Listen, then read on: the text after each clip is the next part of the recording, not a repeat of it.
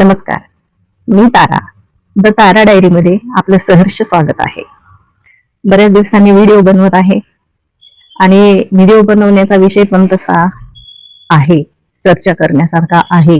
आणि मित्रमैत्रिणींनो, पाहावं ते नवलच आहे, ऐकावं ते नवल, पाहावं ते नवल. म्हणजे काही गोष्टीवर विश्वासच बसत नाही. काय होतंय सध्या या आठवड्यामधील, म्हणजे 8-10 दिवसापूर्वीचा प्रसंग आहे लोहगडावरील केदार नागरवलचा. आणि हा विषय खर तर म्हणजे खूप गंभीर आहे, मुलींच्या जीवनाशी निगडीत आहे.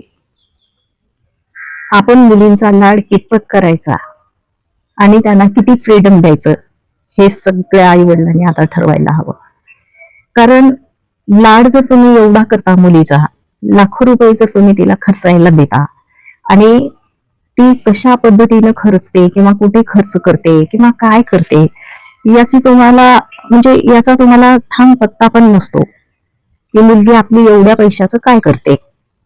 मग तुम्ही जर तिला लाखो रुपये असेच देऊ शकता, म्हणजे काही कर मजा कर म्हणून, मग ती मुलगी तुम्हाला तुमच्याजवळ मन मोकळं करू शकत नाही का? आता समजा तिच्या लग्नाचा प्रश्न आहे किंवा एंगेजमेंट, समजा आई वडिलांना माहिती नसतं का की आपल्या मुलीच्या मनात काय आहे. ठीक आहे, वडील कामाला असू शकतात, पण आई असते ना, आई जवळ असते. आणि कोणत्याही आईला मुलीचं सर्व माहित असतं, अगदी सर्व माहित असतं, किंवा मुलीच्या मनाचा पत्ता असतो तिला की आपली मुलगी काय आहे तिच्या मनामध्ये. मग तुम्ही असं म्हणू शकत नाही की आम्हाला अजिबातच काही माहित नाही, किंवा तुम्ही हात वर करू शकत नाही, जिम्मेदारी झटकू शकत नाही तुम्ही की आम्हाला या प्रकरणाचा अजिबात म्हणजे थांग पत्ता नव्हता. असं होऊ शकत नाही. आज खरी गरज आहे पालकामध्ये आणि मुलांमध्ये मुलींमध्ये संवादाचा अभाव झाल्यामुळे ते अजिबात एकमेकांसमोर मन मोकळं करू शकत नाहीत, किंवा त्यांची हिंमतच होत नाही की एकदम फ्रीली बोलण्याची. त्यामुळे खूप प्रॉब्लेमॅटिक होत आहे सर्वांना.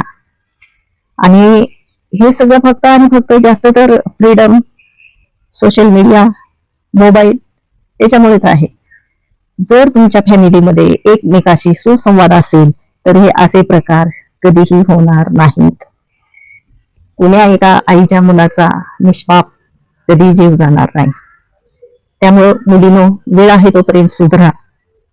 कुणाच्याही घरामधला दीपक बुजवू नका तुम्ही, कारण तुम्ही कुणाच्या तर घरची मुलगी आहात, लाड आहे तुमचा, लाडकी आहात तुम्ही कुणाची. तसा तोही लाडका असू शकतो त्याच्या आई वडिलांचा. त्यामुळे तुम्ही असे कृत्य करणं सोडा.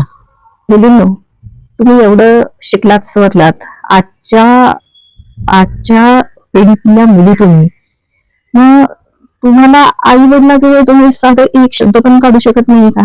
म्हणजे आई वडिलाजवळ तुम्ही मन मोकळं करू शकत नाही का? किंवा तुमचं स्पष्ट मत सांगू शकत नाही का तुम्ही तुमच्या आई वडिलांना की नाही, मला याच्याशी लग्न नाही करायचंय किंवा मी तयार नाही? एवढं पण नाही करू शकत का तुम्ही? जर एवढं करू शकत नाही तर तुमच्या शिक्षणाचा काय फायदा आहे? किंवा तुम्हाला जे फ्रीडम दिलंय, तुम्ही एवढं लाडाने वेड्या झालेल्या आहात, त्याचा काय फायदा आहे सांगा ना. मला तर वाटतं हे प्री वेडिंग शूट जे आहे हे पूर्वी होतं का हो? असं काही प्री वेडिंग शूट होतं का पहिलं? नाही ना. मग याच्यावर खरं तर बंदीच यायला पाहिजे, कारण यामधून अनेक गंभीर प्रकरण पुढे येत आहेत. आणि विशेष म्हणजे लग्न पण होत नाहीत काही जणांचे. प्री वेडिंग ज्यांचे, बऱ्याच जणांचे प्री वेडिंग अर्धच राहून जातं आणि लग्न मोडून जातं त्यांचं. मग यावर बंदी यायला पाहिजे खरं तर, कारण काहीच फायदा नाहीये प्री वेडिंग वगैरे. अगोदर काही प्री वेडिंग वगैरे होते का? तरी पण लोकांचे संसार किती सुखी होते. मग गरज काय तुम्हाला प्री वेडिंग करायची? प्री वेडिंग करून सुखी संसार होणार आहे काय? अजिबातच नाही. लग्न नाही करायचंय ना मुलींना, नका करू, अजिबात नका करू. हॉस्टेलमध्ये राहा, रूम करून राहा, मित्रमैत्रिणींच्या रूमवर राहा, किंवा लिव्ह इन रिलेशनशिप मध्ये राहा, काही करा. पण तुम्हाला अजिबात अधिकार नाही की कोणाच्या आईची ओटी उजाड करण्याचा. अजिबात अधिकार नाहीये. तुम्ही कुणाच्या मुलाचं जीवन संपवू शकत नाही. आजकाल मुलीमध्ये असं खूप प्रकरण खूप उघडकीस येत आहेत की त्यांचे अफेअर खूप आहेत बाहेर, आणि असे अफेअर असताना देखील आई वडील त्यांचं लग्न इतर मुलांशी लावण्याचा प्रयत्न करतात. का? तुम्हाला मुलीशी बोलता येत नाही का? त्यांच्याशी चर्चा करता येत नाही का? किंवा तिची इच्छा नसेल तर नका करू. तिला जे सर्व्हिस करायची, बिझनेस करायचे, काय करायचे ते करू द्या, पण कुणाचं घर जाण्याचा तुम्हाला अजिबात अधिकार नाही.